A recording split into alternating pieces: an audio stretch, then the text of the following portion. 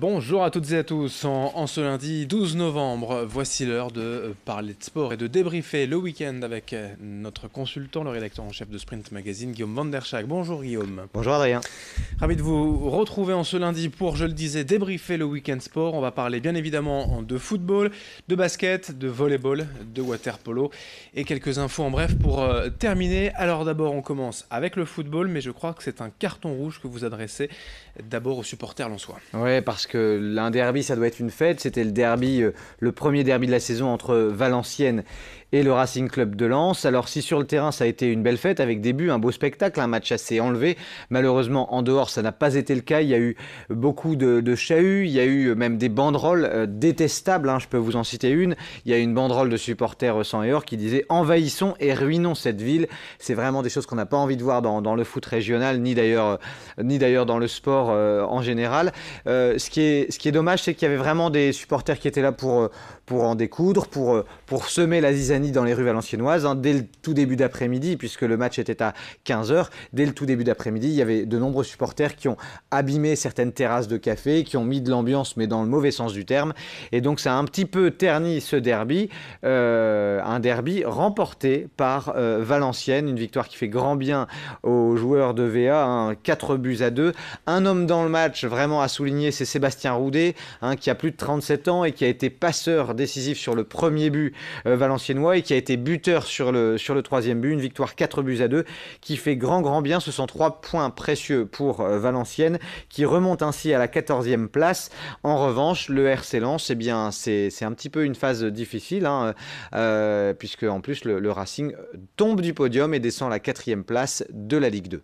Alors évidemment, pour ne pas polémiquer, le soi-disant meilleur public de France, le RC Lens, ce n'est qu'une marge de supporters, évidemment, mais ça fait un peu tâche, notamment, je le disais, sur les réseaux sociaux, notamment, tout le monde commente en France aujourd'hui le soi-disant ou autoproclamé meilleur public de France. C'est dommage quand même pour les Saint-Laurent. Ouais, c'est très dommage, d'autant que les responsables de sections de supporters sont des gens bien, que j'en connais quelques-uns, qui dialoguent très régulièrement avec les dirigeants du RC Lens, mais il y a par moment certains supporters qui dérapent, qui vont au-delà des recommandations des chefs de section. Et là, clairement, samedi après-midi, on l'a vu, ils étaient là pour en découdre, ils étaient là, entre guillemets, pour foutre le bordel. Et c'est vraiment regrettable parce qu'un derby, ça doit être une fête.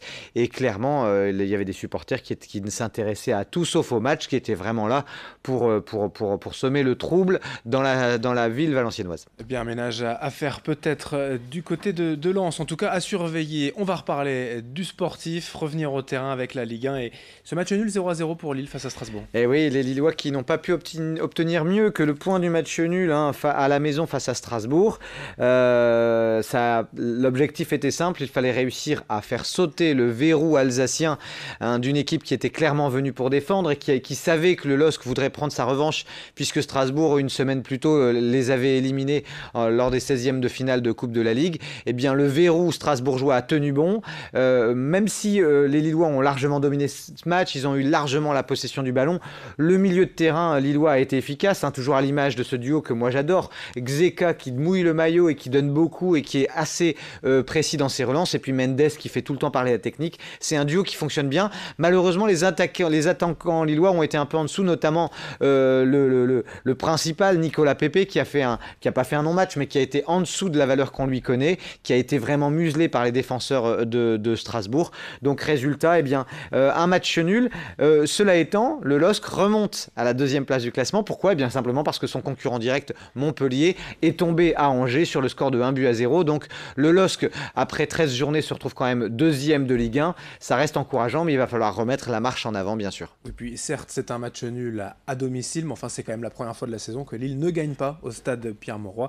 Il n'y a absolument pas péril en la demeure. Les résultats de National pour Boulogne-Dunkerque. Oui, avec un très bon résultat pour Dunkerque, les joueurs de l'USLD qui ont battu Lyon-Duchère, pourtant une des équipes phares de ce championnat national.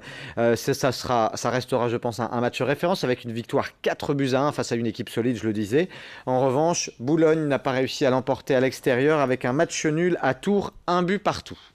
Après le football, on ouvre la page basket. D'abord, on parle bien sûr de Jeep Elite. Et oui, avec le BCM qui n'a pas fait un bon résultat, qui a semblé vraiment sans solution les joueurs de Gravelines Dunkerque face à Boulazac, une défaite 69-77. De son côté, l'équipe de Pau, là aussi, l'équipe du Portel, pardon, là aussi est tombée à l'extérieur pour le coup face à Pau, 92-69. Un mot de Pro B aussi pour vous dire que Denain a perdu à domicile contre Gries Oberhofen 66-78. En revanche, les joueurs du LMB au Palais Saint-Sauveur face à Caen se sont vraiment rassurés. Alors certes, Caen, c'est pas une des équipes les plus solides de Pro B, mais une bonne victoire 88-67 qui fait du bien au Lille Métropole Basket.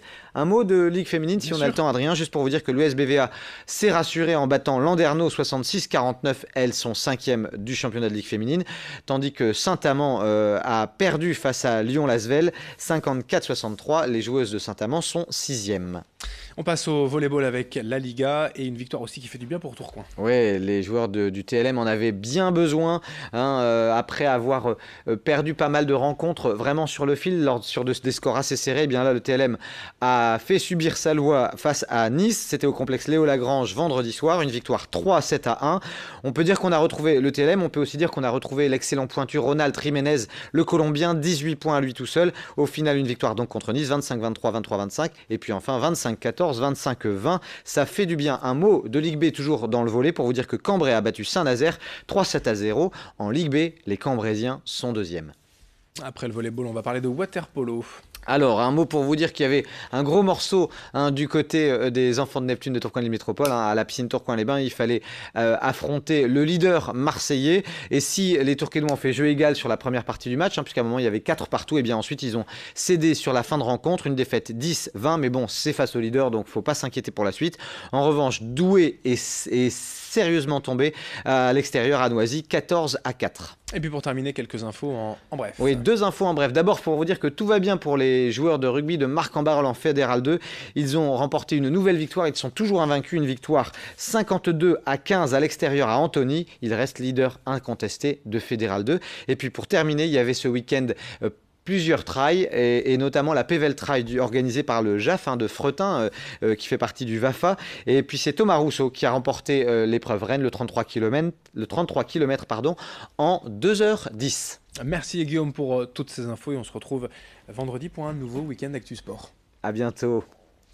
Merci de votre fidélité. Dans un instant, d'autres informations à suivre sur votre chaîne d'information régionale.